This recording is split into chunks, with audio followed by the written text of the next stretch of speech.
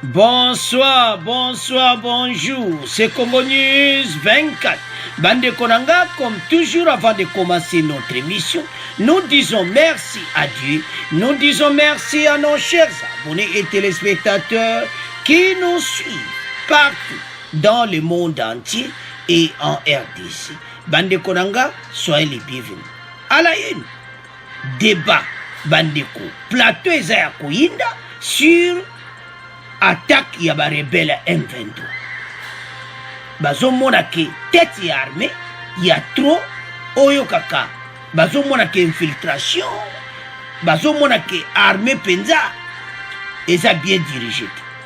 Bazo senga ba kondi armée soki boyi batika na bango. De l'autre côté, M23 bandeko complicité des pays voisins. La RDC est en guerre. Rwanda, Ouganda, il faut appeler ça des explications.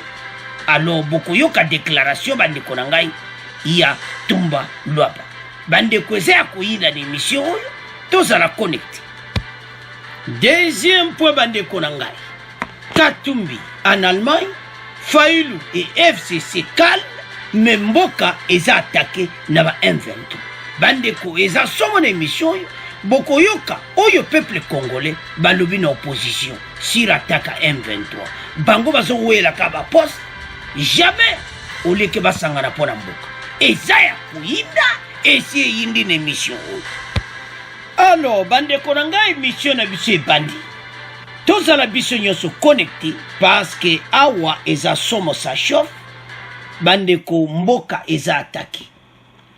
M23, bazalaki na Ouganda, Rwanda, là où bas et bas siège na bango, bazalaki.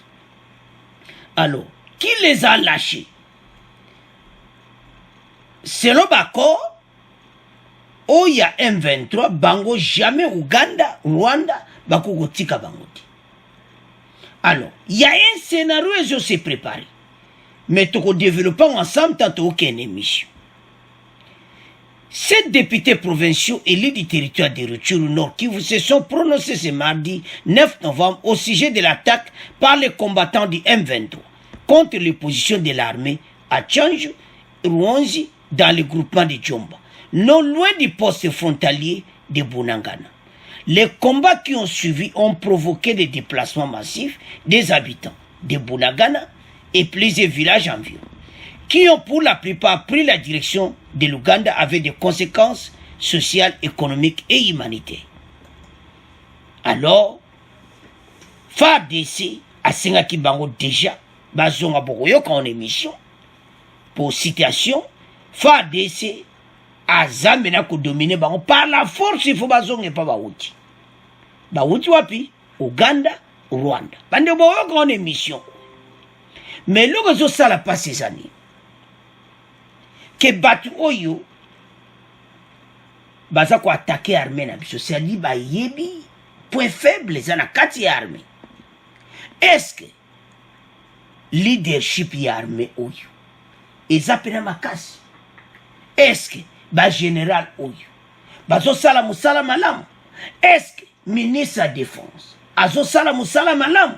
Donc c'est ça ma question oyo ezotuna ma émission oyo ba Congolais nyonso ba un peu dérangé na situation.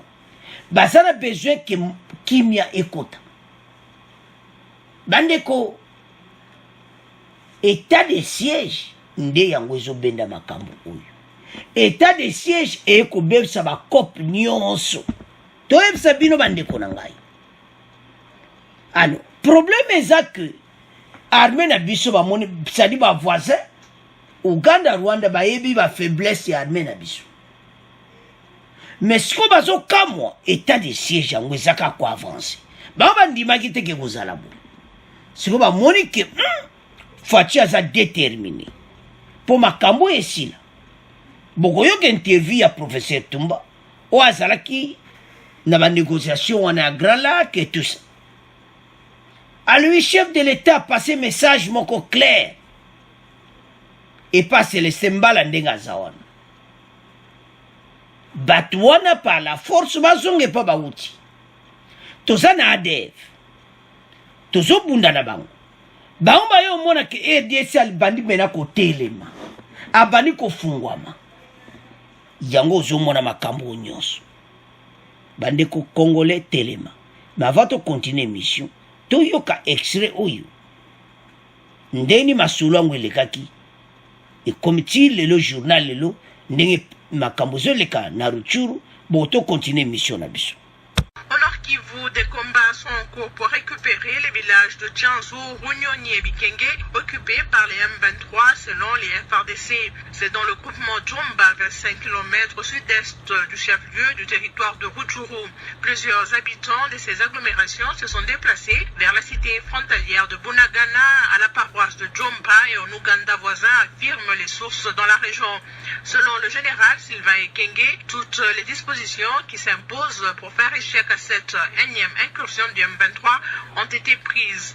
Les combats sont en cours, les FRDC sont déterminés à en finir une fois pour toutes avec ce groupe armé qui doit être neutralisé, a-t-il affirmé. Denise Lukeso revient sur la situation qui a prévalu cet après-midi dans certains coins du territoire de Rutshuru. Des tirs sporadiques à l'arme légère seraient encore entendus en début d'après-midi de ce lundi vers la vallée de Bikenge dans le groupement Kisigari, affirme un responsable d'une ONG des droits de l'homme local. Pour sa part, la société civile de Rutshuru parle de tirs à l'arme lourde qui sont tirés à partir de la colline surplombant Runyoni. D'après la même source, les deux collines de Tchanzu et Runyoni seraient sous occupation des présumés rebelles qu'on croit issus du M23 qui consolident ces deux positions occupées depuis ce matin. Cette structure avance un bilan des militaires blessés. Vers 23h local la nuit dernière, les assaillants lourdement armés venus du parc national de Virunga ont attaqué simultanément les villages de Tchanzu et Runyoni, confirment plusieurs sources dans la région. Au moins 6 villages des groupements Djomba et Kisigari seraient quasi déserts. Les occupants ont fui vers Bunagana, Ouganda voisin, et vers la paroisse catholique de Djomba. D'autres encore sont arrivés cet après-midi à Rutshuru Centre, affirme Jean-Claude Mbabazi. Tous les services étatiques à la zone frontalière de Bunagana n'ont pas fonctionné. Une forte présence militaire des troupes des FRDC en renfort s'observe dans la région pour tenter de récupérer ces positions, témoignent quelques habitants.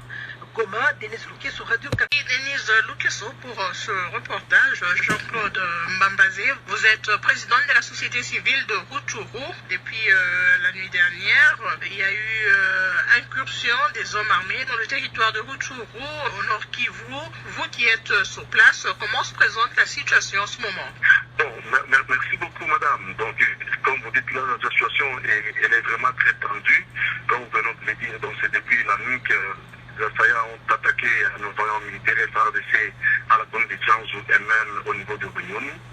Cela a créé une panique au sein de la population qui, pour une part, certains se sont dirigés vers la frontière ougandaise et ils ont traversé la frontière. Il y a d'autres personnes qui sont descendues vers la paroisse de Djomba et même vers la localité de Tchenguerero pour se mettre à l'abri. Parce que quand ils ont vu les FRDC se retirer, c'était tout le monde qui avait la panique. Et surtout que vous le savez, cet endroit-là, cette zone-là a été toujours la porte de toutes les guerres qu'on a connues ici au Nord Kivu, même pourquoi pas en RDC. Pour vous dire que c'est depuis très longtemps, donc la guerre de l'AFDL, la guerre du RCD et tout consorts sont passés par là.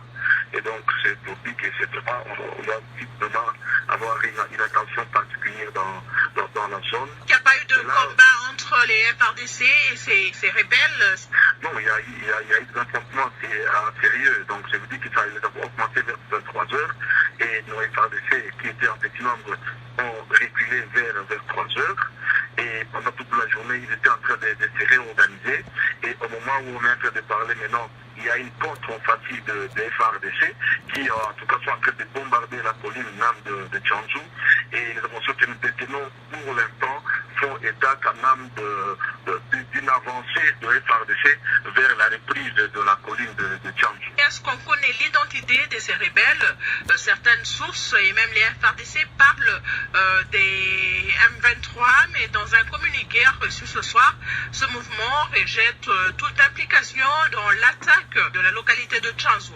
Bon, il faut dire, madame, que dans cette zone, il n'y a pas un autre groupe armé qui existe dans zone à part, les M23, après leur échec, ils se sont installés, en tout cas, du côté de ce parc national de Biruta, vers la jonction entre le Rwanda et l'Ouganda. Ils ont une position dans cette zone qui vient de faire, en tout cas, ils viennent de faire longtemps là-bas. Et il faut dire aussi que ce sont ces gens-là qui sont au Rwanda et même en Ouganda, qui traversent de temps en temps. Vous avez appris la fois passée, ils avaient même abattu l'hélicoptère de FARDC. Ça veut dire que ce sont eux qui sont dans la zone et que donc on ne peut pas penser à un autre groupe.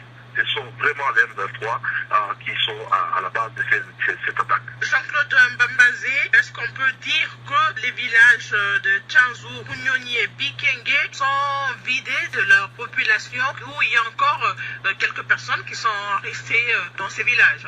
Bon, en tout cas pour Tchanzu et Runyonyi, les populations ont quitté ce village pour aller, comme je l'ai dit tantôt, à Bunagana et d'autres ont même traversé la frontière.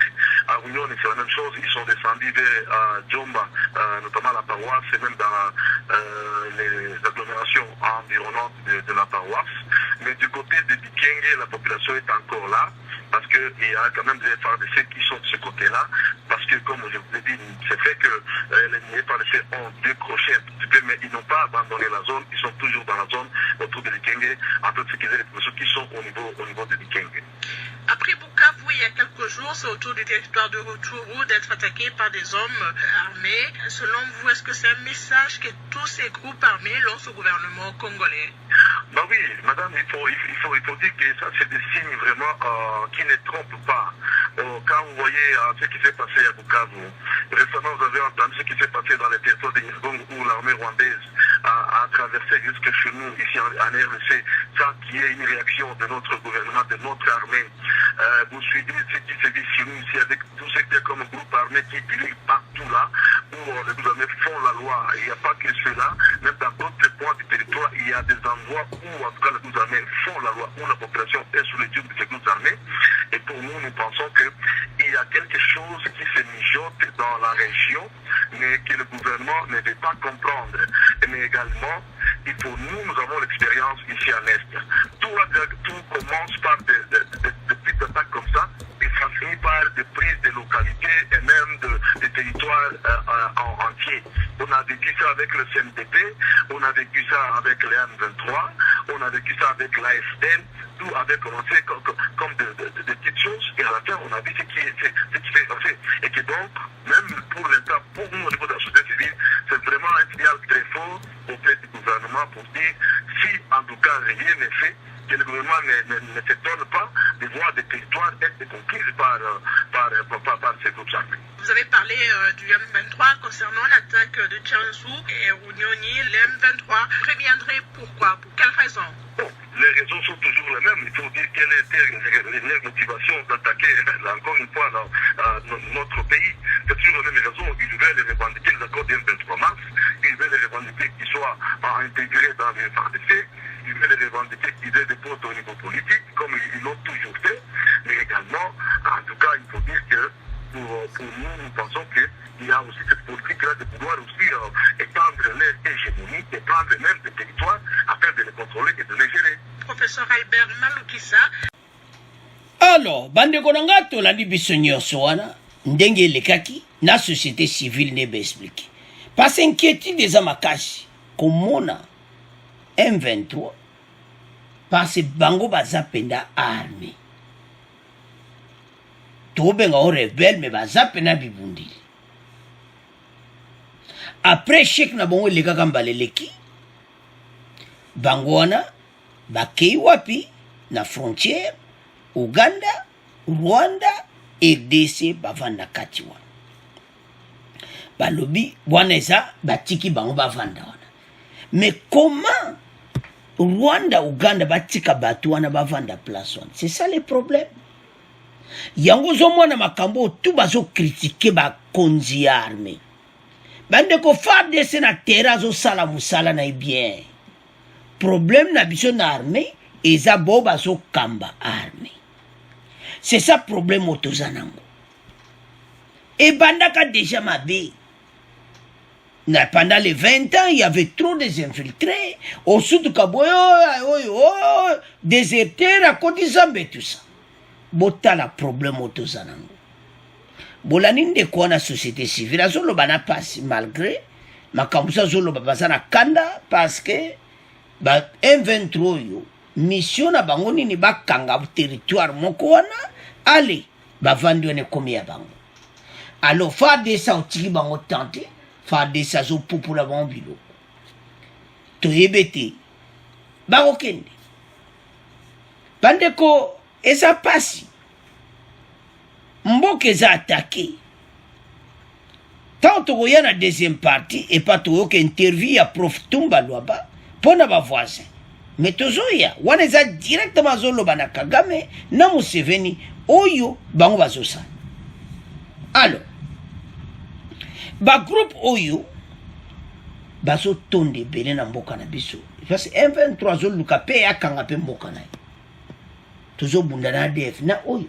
non il est temps message eza clair basilisa na bango yango ozomona peuple aza mal à l'aise peuple azoloba penda donc moiti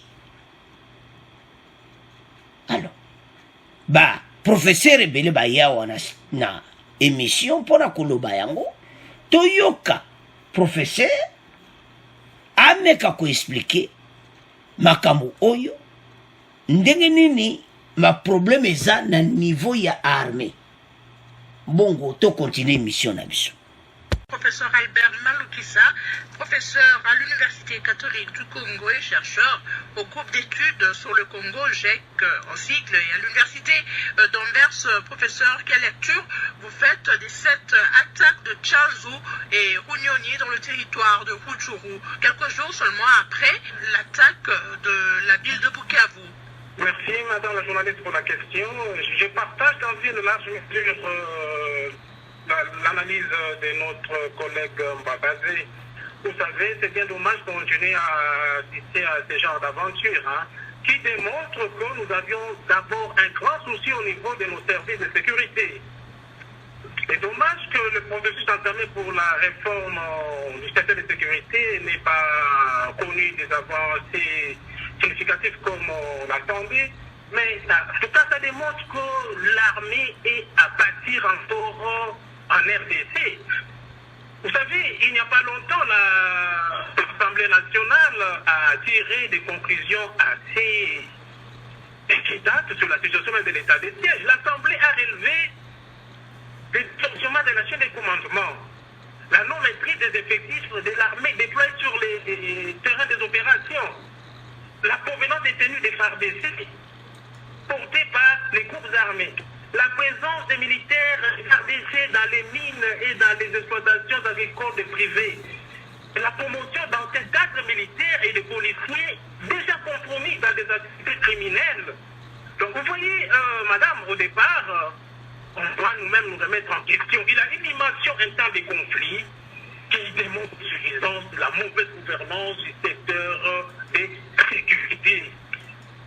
On ne peut pas réussir la guerre si c'est des militaires, des officiers les moins disciplinés, les moins compétents qui dirigent les opérations. Vous savez, les anciens rebelles qui assument aujourd'hui des fonctions clés au niveau de l'armée. Il y en a qui assument des fonctions clés au niveau de l'inspection générale des FARDC. Il y en a qui ont été indexés par les Nations Unies, mais qui continuent à opérer au sein de l'armée. Dans ces conditions-là, vous comprenez qu'on ne peut pas gagner la guerre. Et c'est ça qui rend, selon vous, les opérations inefficaces. Ah, absolument. Il y a une suffisance manifeste, même une volonté de ne pas amener cette armée à combattre sérieusement et à vaincre l'ennemi. Mais n'oublions pas non plus la dimension internationale et régionale du conflit. Le président de la République a effectué beaucoup de voyages dans son agenda, dans ses promesses vis-à-vis de la population. Il y avait la pacification des jeunes. On peut comprendre encore que nos pays voisins, jusqu'à présent, n'ont pas encore harmonisé. On ne peut pas résoudre la crise au Congo sans qu'il y ait un bon dialogue avec nos pays voisins. On a pourtant vu le chef de l'État, Félix Félix Tshisekedi discuter de cette question avec ses homologues rwandais et ougandais. Il y a eu même des accords pour mettre fin à l'activisme des groupes armés dans la région. Oui, mais malheureusement, madame, nos présidents et aussi nos gouvernements, je parle d'une manière générale pour toute la région, oui, tout simplement par l'hypocrisie. Ils passent par l'hypocrisie parce qu'il n'y a pas une volonté réelle de faire en sorte qu'il y ait une coopération dans l'intérêt de tous pour que la solution à cette guerre-là qui peut aller soit trouvée. Évidemment, la faiblesse du Congo fait le bonheur de ce pays. Vous voyez comment aujourd'hui le Rwanda eux-mêmes fait beaucoup de choses en ce qui concerne le coltan, comment le Rwanda développe des activités commerciales là-bas, des produits exportés du Congo, même frauduleusement. La faiblesse du Congo, c'est l'affaire pour les autres. C'est à nous-mêmes, d'abord, à nous-mêmes Congolais, de mettre en sérieux dans le fonctionnement de nos institutions. On arrête avec des aventures. Il faut que le Congolais le plus discipliné, le plus sérieux et le plus compétent exerce des fonctions de commandement pour que les choses changent. Il y a cet auditeur, professeur Albert Maloukissa, cet auditeur Fabrice, qui nous écrit depuis Kisangani dans la province de la Tchopo. Je ne peux pas comprendre que dans une province sous état de siège, qu'on assiste à des incursions à répétition. Selon moi, il y a quelque chose qui cloche. Vous pensez aussi comme Fabrice qu'il y a quelque chose qui cloche? Je suis du même avis, madame. En tout cas, ce qui est évident, les forces négatives, ceux qui complotent contre le Congo ne voudront jamais qu'il y ait la paix. Donc maintenant, c'est au gouvernement congolais de prendre la mesure de tout ce qui se passe à l'Est et de prendre de bonnes dispositions. On ne peut pas réussir cette guerre sans compter aussi sur les grandes puissances qui sont derrière d'autres pays qui sont en train de créer de la misère au Congo. Donc, la diplomatie congolaise, le voix du président doit produire des effets. Il faudra bien négocier avec eux qui peuvent nous aider avec la guerre. Le Congo a souffert depuis 60. On a connu plus de... Mais comment on a vécu les rébellions chez nous? C'était pas aussi avec la force ondoyante des forces congolaises de l'époque que l'ONU s'était investie. Aujourd'hui, l'ONU est là, mais l'ONU ne fait pas grand-chose. Donc le problème se trouve aussi ailleurs. Ce qui se passe au Congo, au départ, c'est parti des massacres qu'il y a eu au Rwanda et la communauté internationale a poussé le gouvernement zaïrois de l'époque à accepter des réfugiés ici. Donc la communauté internationale aussi a appuyé le gouvernement congolais pour résoudre ces problèmes. Mais malheureusement, c'est l'hypocrisie à laquelle on continue d'assister jusqu'à présent. Alors, bandeko nanga tolandi biso nyonso wana que vraiment eza mawa complicité ezali makambo ezoleka eza pasi mpe mawa oyo nyonso bavoisin bavandika kimia bazoloba eloko te. M23 baza na frontière Uganda, Rwanda, siège na bango bavandaka wana.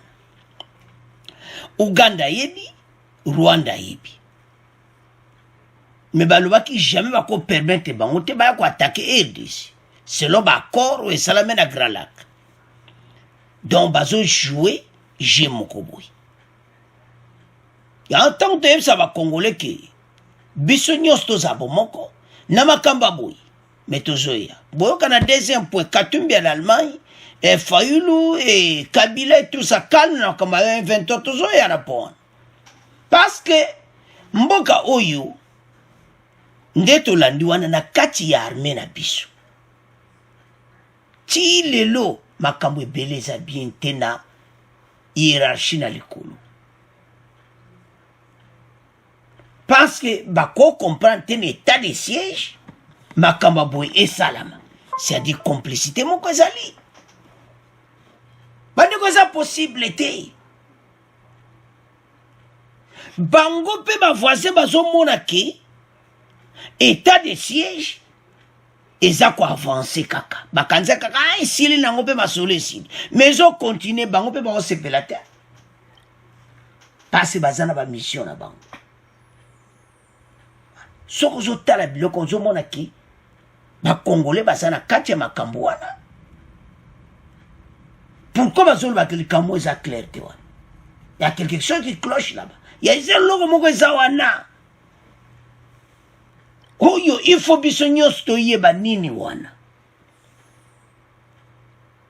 basoda baza présent bamoto mona un groupe armé M23 au kutu makamna moi c'est ici là ils ont déjà dénoncé malamo ba attaquer village et puis ba boto la pe village wana et comme tu fais des ça ya ko récupérer peuple a panzani partout ba senga peuple a zonga et ça vraiment malamu te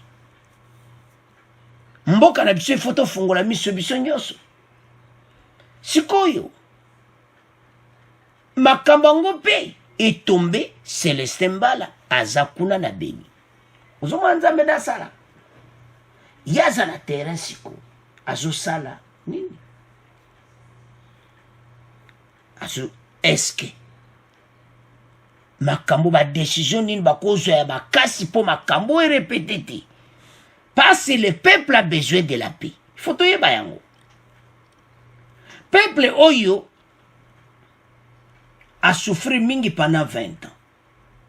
A quoi continuer les sous-soutés, c'est pour ça que Fathi a lancé l'état de siège. Ndebo qui professeur en lobby, abi chef de l'État, il faut pas changer le système, le sous-makasi. Faire de ces places, moko, il faut pas arranger ma kamobili. Et puis, bah, ça là, bah, recrutement, bah, namboka, bah, kota armée. Solution yango wana gouvernement bana mboka bakote belé na armée ba continuer so bazo diriger armée ba vérifier bango malamu bazwa loi kota na parlement poto zo ba nombre bato yo bato ba kende armée belé tozana besoin maintenant le pays est en guerre mboka so na guerre il faut zo ba précaution ya makasi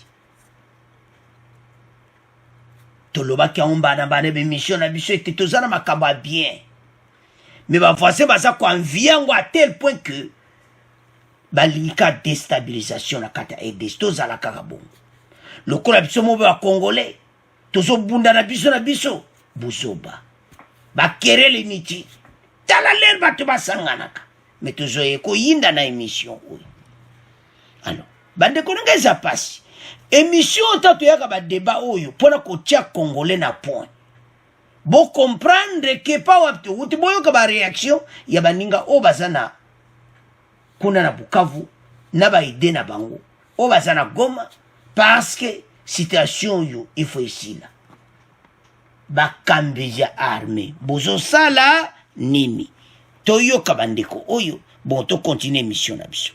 Claude Mbambazé, est-ce qu'on peut faire un lien entre l'incursion, il n'y a pas très longtemps, de l'armée rwandaise sur le territoire congolais et l'attaque de ce matin? Bon, madame, il faut dire que nous qui vivons ici sur le terrain, on a toujours vu déjà des théâtres quand il y a un événement qui se prépare. Ça veut dire les gens, ils attaquent, ils viennent, ils essaient de jauger un peu la force que nous avons. Et après, maintenant, ils peuvent maintenant planifier pour nous attaquer. Donc, le fait même que, tel que l'auditeur venait de le dire, que le gouvernement minimise la question de sécurité, c'est vraiment un problème. Le professeur venait de le dire tantôt. Nous avons un très sérieux problème. Nous avons des frontières qui sont très poreuses. Écoutez, donc, nous avons un gouvernement qui fait foi à vos voisins, comme qui dirait, le diable va se convertir et devenir un chrétien. Ces voisins, ils ont toujours fait du tort. Et c'est les Congolais qui subissent tout le jour. Tout ce qu'il y a eu comme attaque, comme insécurité, l'armée congolaise a toujours subi les attaques. Et c'est après qu'on se rend compte que non, voilà, on doit réagir. Et que donc, nous pensons qu'il y a en tout cas cette relation, d'autant plus que même ces gars qui viennent nous attaquer aujourd'hui, ils disent où? Ils disent au Rwanda, ils disent en Ouganda. Comment le Rwanda peut laisser ces gens qui sont seuls? Aujourd'hui, ils viennent nous attaquer, mais le Rwanda est silencieux aujourd'hui. Le Rwanda n'a fait aucune déclaration.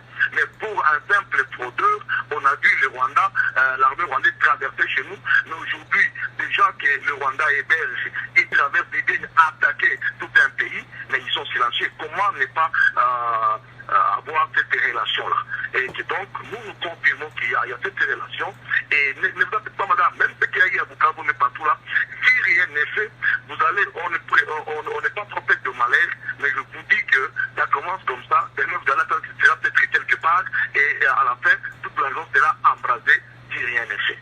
professeur Albert Maloukissan va prendre aussi pour vous. Brève réaction. Oui, madame la journaliste, j'ai bien suivi notre auditeur. Écoutez, vous savez, dans toute société, lorsque la population elle-même n'arrive pas à s'organiser pour exercer la pression sur ses dirigeants, on ne peut pas s'attendre au miracle. C'est important que la société civile se mobilise. Vous savez, à un moment donné, il y a eu des incursions, les M23 ici, mais il y avait des manifestations même des étudiants. La société civile était très mobilisée et les gouvernements, comme on a de l'époque, même si quelque part il manquait de volonté, étaient devant ces engagements, étaient obligés de réagir. Donc c'est important quand même que, et puis écoutez madame, tous les dirigeants que nous avons pour la plupart proviennent d'où? De la société civile. Hein? Ils proviennent de nos familles. Donc il faudra absolument renforcer davantage le rôle de la société civile pour pousser les dirigeants à agir dans les sens de ses intérêts. La situation au Congo nécessite une grande réforme, une réforme courageuse des services de sécurité. Et pour arriver à cette réforme-là, il faut exercer une pression constante sur les dirigeants politiques. Et ça doit venir de la société civile. Mais écoutez, madame, je l'ai dit, hein, résoudre la crise au Congo, il ne faudra pas seulement l'avoir dans sa dimension interne. Il faut absolument qu'il y ait un engagement soutenu aussi de la communauté internationale, des pays voisins. Donc si les pays voisins manquent de volonté pour aider les Congo à pacifier les pays, mais derrière ces pays voisins, il y a aussi des puissances qui peuvent agir dans le sens de le pousser à une négociation avec le gouvernement congolais, avec l'État congolais, dans l'intérêt de tous les peuples de la région. On ne peut pas seulement résoudre cette crise par les armes, on finira par des négociations, toujours même sur privilégier la force. Ça sera dans notre deuxième partie, les solutions, professeur, mais des sources sur place à Rutshuru où on enseigne qu'il y a eu des alertes par rapport à cette attaque. Malheureusement, des dispositions n'ont pas été prises par l'armée pour éviter cela et ça commence à lasser un peu la population de chaque fois alertée. Quelle disposition est prise? Mais qui sont à la tête de l'armée? Comme je l'avais dit avant, et même mes deux autres co-débatteurs, qui sont à la tête de l'armée? Est-ce qu'on peut compter sur des gens qui sont bien répertoriés dans ces rapports des Nations Unies, comme ayant commis des crimes? Est-ce qu'on peut compter sur les mêmes rebelles qui ont tué, qui ont massacré dans ces pays pour instaurer la paix? C'est ces mêmes rebelles, ces autres rebelles qui occupent les fonctions clés aujourd'hui. Il faut une épuration de l'armée. Il faut nettoyer l'armée des personnes, des commandants militaires. Il faut nettoyer la police aussi de toutes ces personnes-là, indisciplinées, corrompues, qui ne peuvent pas nous permettre de gagner la guerre, d'instaurer la paix. Ça, c'est capital. On ne pourra rien faire si nous comptons toujours sur le même individu. Si la chaîne des commandements est sous contrôle des personnes n'ayant manifestement aucun intérêt pour que les choses changent. Alors, bande konanga tolandi biso nyonso. Il faut nettoyer l'armée. Armée oyo nyonso ba nettoyer bango. Peuple azomona clarté. Ba voisin ba complice. Diable alati elongi ya Yesu. Donc ozomona kaka kedongo eza mobulu. Totelema. Bandeko et comme temps oyo Fachi a changé équipe wana. Et loko eza grave. Bandeko na émission tonto betango seti. Peuple a pesi alarme déjà que talaboy. Avant attaque oyo. Mais ba continuer ba sali le côté. Banani bazo diriger kuna na kati ya ligne de combat. Tolandi biso nyonso ke journaliste azoloba ke a Rutshuru ba pesaki alerte. Alerte salami batu nyonso baza alerte mais ba prévenaki yango te. Parce baza komona déjà ba mouvement le bayo sutukaki ba attaqué ba jimbo kaona le mais eza kitoko te. Donc, ça la propriété bandeko na ngai. Ça la pasi pe mawa. Komona ndenge na makambo ndenge tozo kende nango. Biso nyonso tolamuka bandeko. Eza moso na okanisa na otala mboka na biso na bie o nzambe. Non. Toko continue les souboïté. C'est-à-dire, toza vraiment attaqué. Tant que toza attaqué, il faut te téléma sikoyo. Biso nyonso. Batu ba lever voix na bango ba loba ke voilà. Na armée, ba konjiwana bazala wanati. Bande ko to comprendre que li kambo salami. Ba voisin ba fandi pena kimia. Et puis, baza ko héberger bango. C'est ça qui est grave. Ba côté direction, ba côté li bazomona bien que ba wuti kaka Uganda, Rwanda na frontière wana place ba tiela bango kana bango. Donc ba tika bango stand by. Que ceux qui boya le tout lâcher loko ni ba salon. L'état de siège. Bokoyo ka interview sikoyo ya professeur. État de siège nde moto bendi makambo nyonso. Bango bakanisa ki ekoleka na kaka boye pe esili. Me bazomona ke ezokoma kaka makasi. Alors ba voisin bayebi makambo yo. Qui les a lâchés? Boko yo kan interview tocha nana tiki bango. Alors que Rwanda Uganda balobaki jamais bakoki ko lâcher bango. Baza ba rebelle baya ko attaquer RDCT. Mais lelo yo yango eza mawa voisin zo pese mbote koto yo na sima mokongo zo beta yo. O eza alarme na gouvernement fachi ba comprendre comment ba voisin stratégie bazanango. Ba ko laksango clarté. Ba ko wanga na bango. Ba nani ba créer ki ba groupe armé. La solution zoya. Bande ko ba le meto tout benga na bango même par la force. Ba groupe armé wana ba négociation. Au professeur autolobaki. Kaka na minduki te, il faut négociation. Mais négocier avec qui batango baza batumabe. O eza ba preuve. Ndende kwa na société civile alobaki. Ke bako banda boy. Ti parce que salamaki djana sirkiv. To désarmer bango. Ozomona. Donc, tango makambo ezo salama. Et comme étant obligé de lever. Ko Congolais ba situation ni ezo le kana est.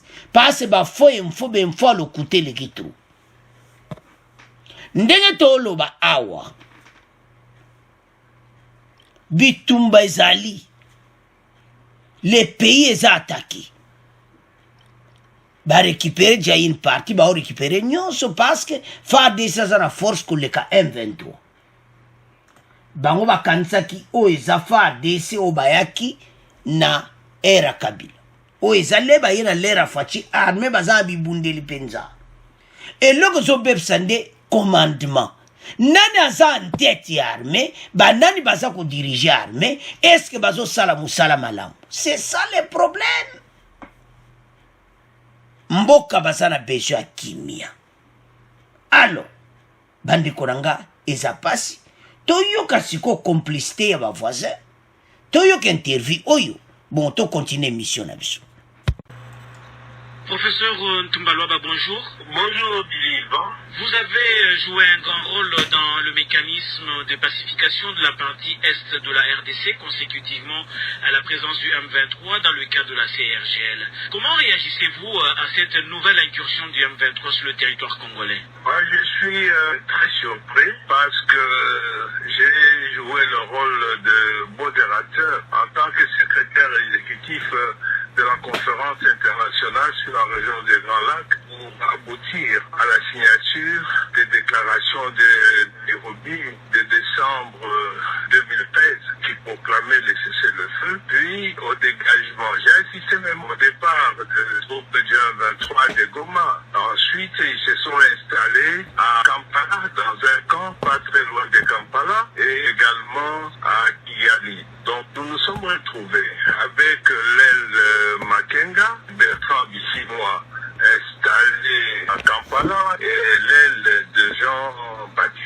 Kouliga. Nous avons continué à négocier pour leur retour, mais Kigali et Kampala nous disaient qu'ils ne permettraient jamais à ces gens-là de rentrer au Congo, qu'ils étaient totalement désarmés. Et maintenant, depuis hier, on me signale que de nouveau le M23 attaque, que Makenga est là. Je me dis alors, qui les a lâchés? Qui a permis qu'ils reviennent au Congo armés? Qui les a armés? Je dis non. Les pays voisins nous doivent des explications et également il y a à Goma des mécanismes conjoints de vérification élargie qui comprend tous les experts des pays membres de la CIRGL, de 12 pays membres. Donc d'où ils viennent? Pourtant, on a vu le président Félix Tshisekedi rencontrer ses homologues des pays voisins, notamment le Rwanda, l'Ouganda, par rapport à la sécurisation des frontières des pays de la sous-région. Comment on peut expliquer cette multitude d'incursions et d'intentions d'investir le territoire congolais avec un important armement en plus? S'agit-il des accords de façade entre les trois chefs d'État? D'où vient cet armement? Moi, je crois que c'est la montée en puissance des FARDC qui inquiète certains intérêts dans la région et je crois qu'ils doivent jouer franc jeu. Notre président de la République, son Excellence Félix Tshisekedi Tshilombo, pratique la politique de bon voisinage et nous devons attendre la bonne foi aussi de la part de nos voisins.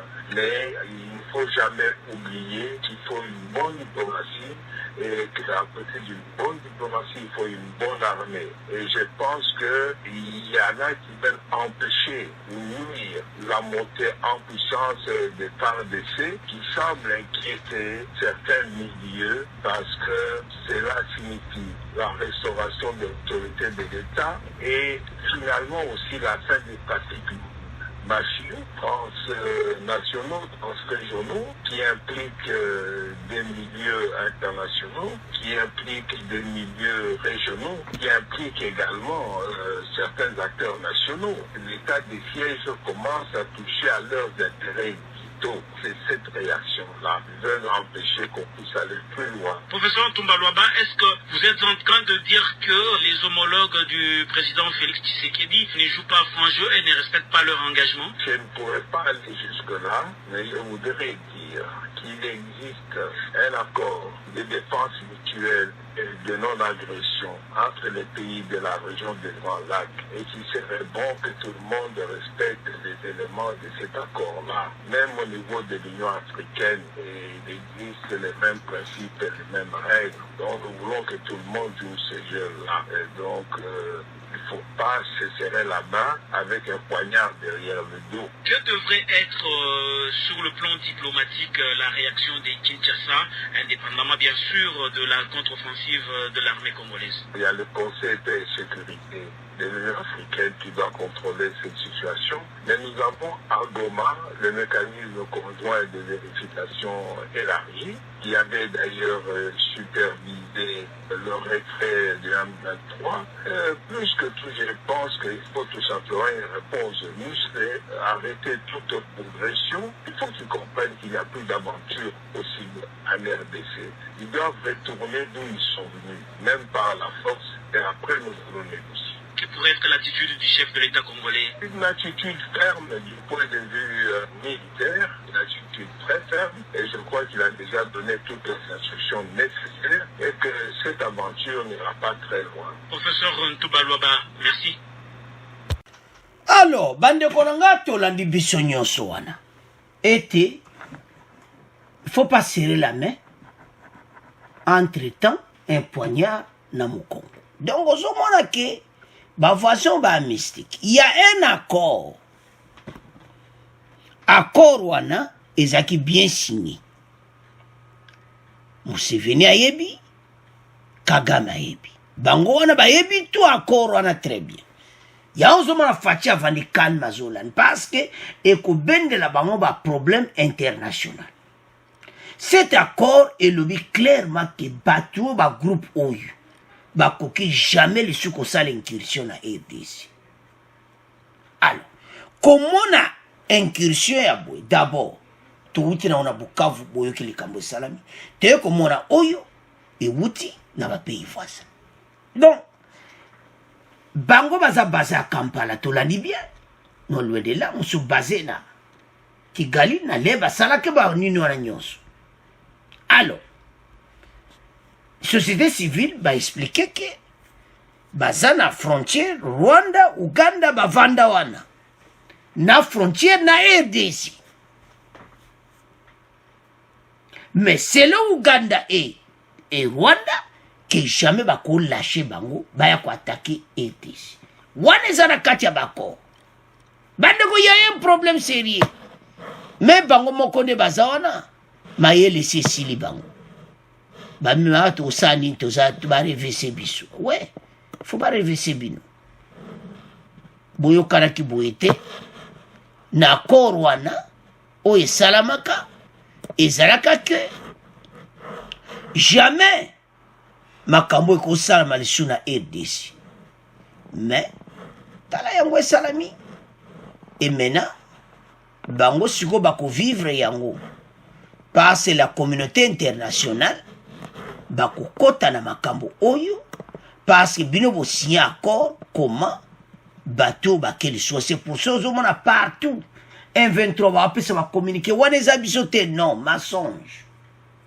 Et là on est indiki bango tolandi professeur la montée ya FARDC ba yeba ki wana eza oyo ti bazo sala musala na terrain malgré commandement na biso eza toujours na problème. Alors eye ko bebisa ba cop na bango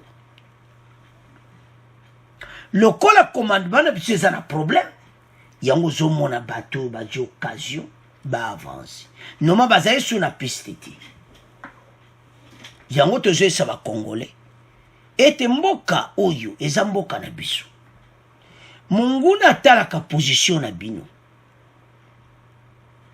ndeni bino na bino boza pe ale ya ko profiter. Il faut diviser pour mieux régner.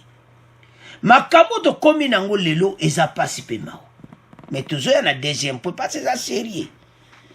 Les Katumbi, Kabila, Fayulu Batoa nyonso opposition, il s'en fout. Mais toujours y a point. Bogoyoka oyo ba Congolais ba lobi na ba. Bandeko problème eza na ba solution fo ezala. Que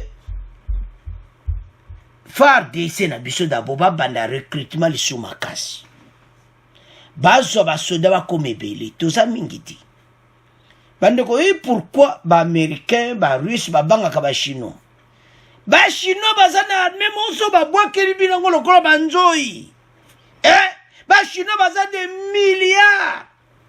Donc dans le bâti je m'excuse ba millions de soldats. Arménie eza na ba millions de soldats mais kaka Chine millions soba kidika boye donc bobomi na bomusuba zoya bobomi bomusuba zoya yango mo banga ka Chine nombre pe lobaka mais biso nombre ya muki ezo senga ba jeune ba kota. Parce que tout le nombre, il faut ça dire que 10 000, 20 000, 15 000 hommes, 30 000 hommes, et c'est bazar. Combien? Les leçons de comme 1 million kaka FARDC na 4 régions. Ba jeune bazo lia kitoko, bazo salaire kitoko, bazo lata bien, ma camion so bien. Et c'est ma cambo ekozala penate. Mais nyoso nini? Il faut commandement ya RDC ça na problème. Biso ba tout lobiti. To landi débat na nyonso bandiko. Parce que to komena suka. Ya probia préparti ou. Ezo senga ke facha tala pena mulongo ya armée mobimba. Ba arranger yango. Comme ça, ba jwa recrutement ba soda sika ou bien ba bimisa ta loi. Moi, j'ai commis 18 ans, je ok, dans l'armée après, mais je ne par exemple ça dans le pays occidental. Tantôt, je suis dans l'armée, je suis dans la maison obligatoire. Toujours les volontaires. Alors, si koyo effectif na biso ezamuki, yango bande konangai, mboka na biso, tokomi na problème maintenant parce que lelo ba groupe armé aso tozali na effectif makasi tolongi bango déjà. Alors bandeko mboka eza na guerre mais bendele ekoya te wana eza kati FARDC toza nsima na bino toyebi ba défaillance ya côté nde tolandi na débat ete banani bazo diriger armée bazo sa mosala malamu te et tout ça. Alors armée basukola yango bien babongisa yango pour mboka avancer. C'est à ce point totiki premier point na biso tokomo kende na point na biso ya mibali. Alors bandeko nanga deuxième point aweza somo boko yoka oyo peuple balobi. Bandeko Katumbi en Allemagne, Fayulu Kimia, FCC calme, les pays en guerre, Banguna va côté Libiso. C'est des choses à sérieux. Mais comment ça fait Katumbi à quelque sala nini na Allemagne? Après, tout ma kelele, États-Unis surtout comme wapi Allemagne. Et Zaya Koinda et Siindi. Comme annoncé par notre rédaction, Moïse Katumbi, président national du parti Ensemble pour la République, séjourne depuis le lundi 8 novembre dernier sur le continent européen, précisément en Allemagne. Aussitôt arrivé, l'unique fils de Kachobwe a pris part à la cérémonie de commémoration des victimes de la nuit de cristal. Profitant de cette occasion, Moïse Katumbi a prié pour la mémoire des victimes de cette tragédie causée par Adolf Hitler dans le cadre d'une politique visant à exclure les Juifs d'Allemagne dont de ses grands-parents sont parmi les victimes. Bouyebi, papa nae, aza mutaba kote wana, yaba Juif, yango, bomoni, akei kuna. Donc, akei papa boti nae. Bon comprendre si koyo. Akei, et papa ndeko nae, kolela ensemble, na famille. Eza kuinda. Bon, alors, problème ya Katumbi, Katumbi a un problème sérieux. Nde umona bimili banda. Ndenga kei, d'abord, na kati ensemble pour le changement, ba ministre wana, baye c'est clairement que nga, natika na bulo na nga ministre. So longo anonga na ensemble longo la nongai. Nazane union sacrée. Eza ya koinda, ezi indi. Ok, n'est pas député wa nga. Bande ko jusqu'à présent, kaka député mo talobaki na makambotu. Bo batikali bavandi calme. Parce que bazo tala bulo na bango ba mo likambote oyo ya mabeza wana. Ba moni kifo bavana bango. Alors, Azaki n'a choisi. Il était à Kinshasa à consulter Bango Kansaki que Bango est président. Tobendana, Totika Union Sacrée. Mais à mon que Bango tu position à Messi. Bon, yonde, chairman, moni, Makambango, Ngape nana otikana. Yotikana, bon, ça va. Ake pa oyo. Bon, chairman, mon gars, un ministre. T'as la radio occasion comme ministre, chairman. Donc, mon pena moite. Bon, allez qui. Ake pa oyo. Chairman, moninga. Penda non se pena nyo sacré nga pena na vanazo ma pena makambo akadima. Na mona problème te. Oh, problème te. Allez que pa. Donc a dit ma réponse nyonso ya kata ko ja positif, a dit ma réponse nyonso négative. Do baboy. Yaya ilinga ya bino abendana États-Unis to éviter so makama on peut soit viser États-Unis to éviter yaya Zambio wow visa Allemagne yaya atambuli akena nina ba juif ake usala ba cérémonie ndebuzo mona problème de point oyo to lo bango boiti to ke na point direct. Boyoka oyo peuple congolais balobi na opposition sur M23.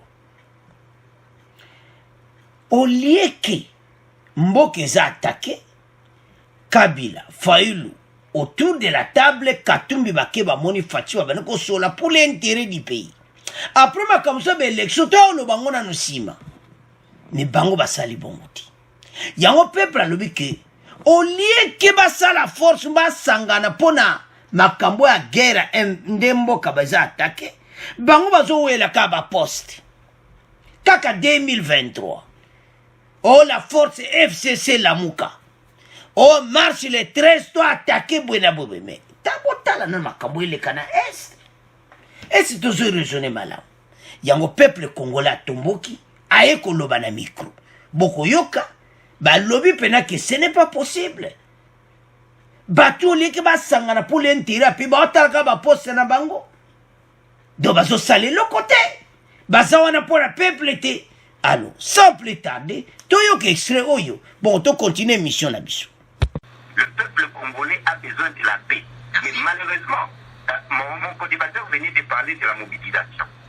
Il faut que les autorités se mobilisent, commençant par la société civile, c'est-à-dire les églises, un peu les associations, passant par l'opposition, la MOUCA et tout le reste, allant par l'union sacrée, c'est-à-dire l'UDPS, l'ensemble, et tous ces gens-là. Pourquoi ne pas se concentrer pour résoudre cette question de la nation plutôt que continuer à se diviser? Je pense qu'ils sont en train de jouer un très mauvais rôle des autorités. Merci. On se bat pour, entre guillemets, excusez-moi les mots de stupidité, plutôt que s'unir pour que le peuple puisse voir qu'il y a quand même des autorités prêtes à se battre pour le peuple. Et ce n'est pas le cas avec tous ces acteurs que je viens de citer. Merci, professeur. Alors, bande konanga donc peuple a comme qu'on douter sur Katumbi, Fayulu, les FCC, Bango Nyonso. Pourquoi pas Lamuka, Katumbi? Pourquoi pas vendre tour la table Kosola Masolo à Est et Ouy? Pourquoi Kakayaba poste à 2023? Ande quoi ça passe? Yo, bozo on a teke ba ennemi bazo talati babit batu okuta entre bango bazo potana kuna intérêt mbandeko makamoto lo beza vérité. Ce qui France baza attaqué Le Pen, Macron bako vanda bako pona mboka mais bisoti eza soni tala dernièrement les bataka kiwe makambo ma besa magi na France bon mona ki comment basangana ki pour l'intérêt du pays mais biso pena to andeni biso batu mwindu nzambe na ngai Martin Fayulu boko ki va ko fungola motemo bo kanga libanga te na makamba est bolo bake non mikolo yo mboke za mutu monta ko sala me ba marche na makambo élection to silisa makamba est to do solution mboke kota kimi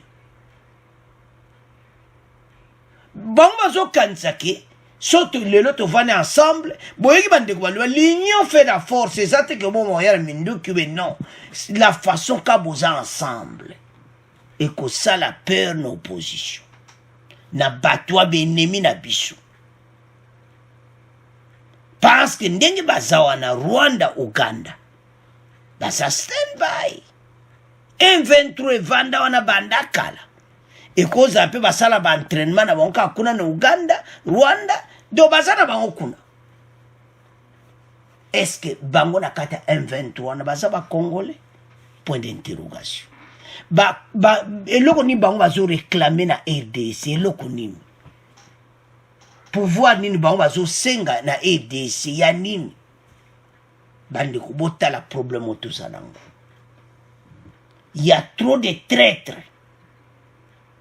Opposition bazaba traître bazaba la moté pona mboka bolandi wana ke comme tout est na leadership na bango nyonso